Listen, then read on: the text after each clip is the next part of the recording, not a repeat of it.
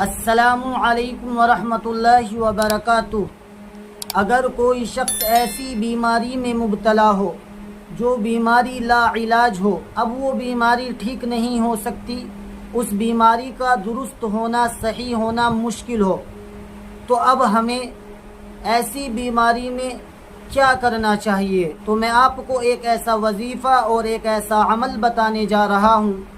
اگر آپ اس عمل کو کر لیں گے تو انشاءاللہ آپ ہر اس بیماری سے شفا یاب ہو جائیں گے جس بیماری کا درست ہونا ممکن ہی نہیں بلکہ ناممکن ہو، اور ڈاکٹروں نے اس بیماری کو لا علاج کر دیا ہو، یا اس بیماری کے ٹھیک ہونے کے ڈاکٹروں نے بہت کم چانسز بتائے ہوں۔ تو آج میں آپ کو ایک ایسا عمل بتانے جا رہا ہوں، اگر آپ اس عمل کو کر لیں گے تو انشاءاللہ اللہ کی ذات سے امید ہے کہ آپ اس بیماری سے شفا یاب ہو جائیں گے۔ وہ عمل کیا ہے؟ وہ قرآن کریم کی 6 آیتیں ہیں جن کو آیات شفا بھی کہا جاتا ہے۔ وہ آیات شفا کون کون سی ہیں؟ اور آیات شفا کی بہت فضیلت ہے۔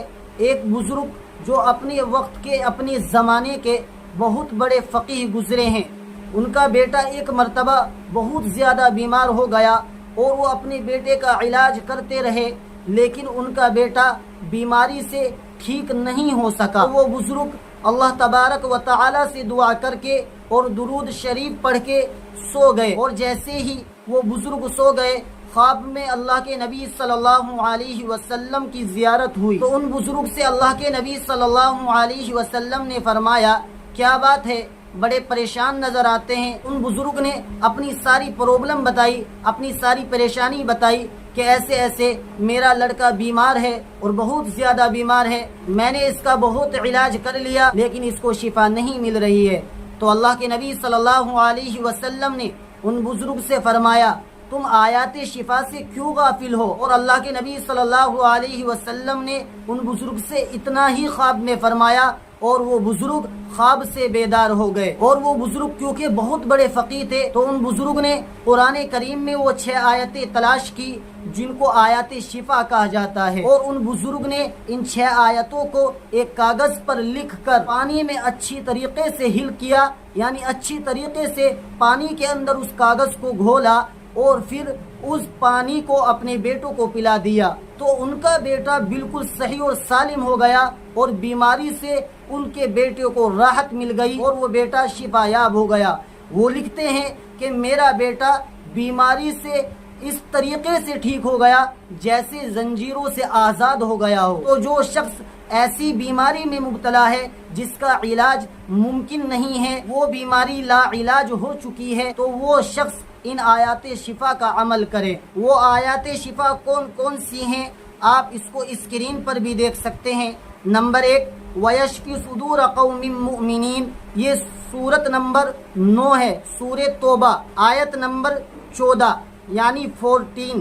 نمبر 2، قَدْ جَاءَتْكُمْ مَوْعِظَةٌ مِّن رَبِّكُمْ وَشِفَاءٌ لِّمَا فِي الصُّدُورِ، یہ سورت نمبر 10 ہے قرآن کریم کی، سورہ یونس، آیت نمبر 57 یعنی 57۔ نمبر 3، یخرج من بطونها شراب مختلف الوانه فیہ شفاء للناس، یہ سورت نمبر 16 ہے، سورہ نحل، آیت نمبر 69 یعنی 69۔ نمبر 4، وَنُنَزِّلُ مِنَ الْقُرْآنِ مَا هُوَ شِفَاءٌ وَرَحْمَةٌ لِّلْمُؤْمِنِينَ، یہ سورت نمبر 17 ہے، سورہ بنی اسرائیل، آیت نمبر 82 یعنی 82۔ نمبر 5، وَإِذَا مَرِضْتُ فَهُوَ يَشْفِينِ، یہ سورت نمبر 26 ہے، سورۃ الشعراء، آیت نمبر 80 یعنی 80۔ نمبر 6، قُلْ هُوَ لِلَّذِينَ آمَنُوا هُدًى وَشِفَاءٌ، سورہ حامیم سجدہ، آیت نمبر 44 یعنی 44۔ تو یہ 6 آیات شفا ہیں۔ جو شخص ان 6 آیتوں کو پڑھ کر پانی پر دم کر کے پی لے گا تو انشاءاللہ اس کو ہر بیماری سے شفا مل جائے گی۔ یا وہ اس طریقے سے بھی کر سکتا ہے، اگر اس کی کوئی دوائی وغیرہ چل رہی ہے تو اس دوائی پر بھی ان 6 آیات شفا کو پڑھ کر دم کر کے اس دوائی کو کھا لے، انشاءاللہ وہ دوائی اس کے لیے شفا کا ذریعہ بن جائے گی۔ یا اسی طریقے سے کسی باریک کاغذ کے ٹکڑے پر ان 6 آیات شفا کو لکھ کر پھر وہ اس کاغذ کو پانی میں اچھی طریقے سے ہل کر لے، یعنی اچھی طریقے سے اس کاغذ کو گھول دے، پھر وہ اس پانی کو پی لے، تو انشاءاللہ اس پانی سے اس بیمار شخص کو شفا مل جائے گی۔ اللہ تعالیٰ کی ذات سے امید ہے جو شخص ایسی بیماری میں مبتلا ہے، جو بیماری لا علاج ہو چکی ہے، تو وہ اس عمل کو کرے، انشاءاللہ ہر طریقے کی بیماری سے اس کو راحت مل جائے گی، اس کو شفا مل جائے گی۔